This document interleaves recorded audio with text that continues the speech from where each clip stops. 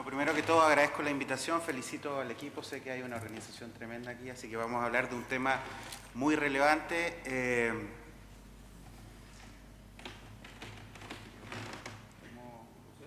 ¿Sí? Ahí.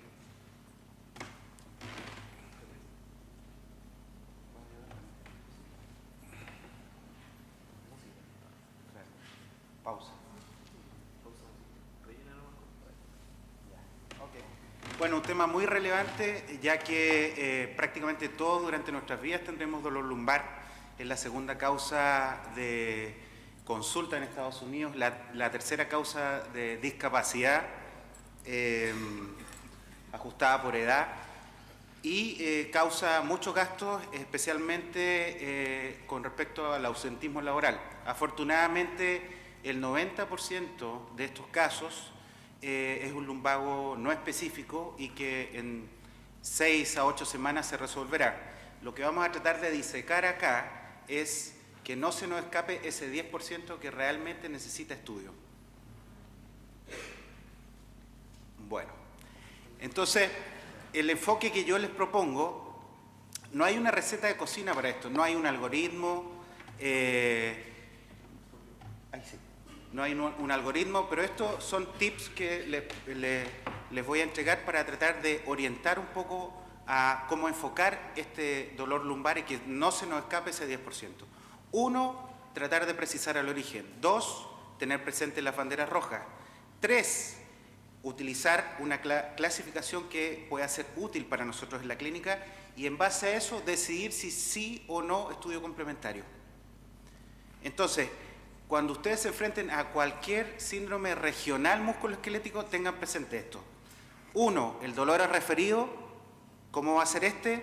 Es un dolor no bien definido, pero con un examen físico normal. Eso tiene que llamarles la atención. 2, es neurogénico. En ese caso van a tener maniobras positivas, un dolor de origen neuropático, ¿sí? 3, el dolor es periarticular. Muchas veces llegan pacientes con lumbago, incluso llegan a resonancia, pero si ustedes los tocan y palpan tejidos blandos, muchas veces se esboza ahí este origen periarticular. Por lo tanto, toquen al paciente, ¿ya? Y otra cosa, el dolor es articular o no, ¿sí? Entonces, obviamente la rodilla es más fácil, voy a tener todos los rangos limitados, voy a tener signos inflamatorios evidentes, pero en la columna va a ser un poco más difícil. Entonces, cuando van a enfocarse a descartar todas las causas, tienen que pensar también, ¿es inflamatorio o no? Y dentro de las cosas que hay que fijarse si es inflamatorio o no, una de las cosas van a ser pacientes jóvenes, eventualmente siempre durante las mañanas hay rigidez matinal, no mejora con el reposo, empeora, o sea, mejora con el movimiento, empeora con el reposo y hay incluso algunos criterios de lumbago inflamatorio que se han tratado de utilizar en el diagnóstico de espondiloartropatía. Uno de estos es lo que lo coloco ahí. Ahora, lo que tienen que tener claro es que no hay algo 100% y el rendimiento de esto es alrededor de un 80%. ¿Cuándo pensarlo? Y esto está más estandarizado y estudiado. Paciente joven, comienzo insidioso, mejora con el ejercicio, no mejora al reposo y un dolor nocturno, ¿sí? Segundo, banderas rojas.